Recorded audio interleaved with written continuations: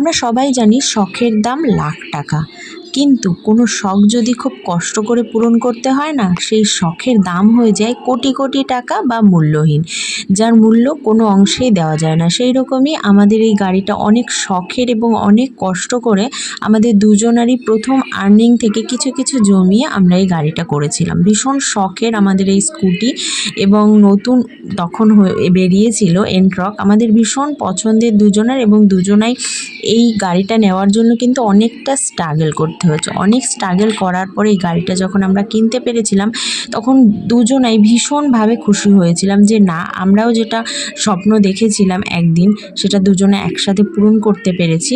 তো তার জন্য সেদিন ভীষণ খুশি হয়েছিলাম। আর এই গাড়িটা যখন কিনেছিলাম, তারপরে আমি আমার বাবাকে দেখাতে নিয়ে গেছিলাম। আমার বাবা শুধু ছুঁয়েই দেখেছিল, বসতে পারিনি। আমার ইচ্ছে ছিল আমি যখন নিজে গাড়ি চালাতে পারবো, কয়েকদিনের মধ্যেই চালানো শিখে আমি আমার বাবাকে গাড়িতে বসিয়ে ঘুরতে নিয়ে যাব।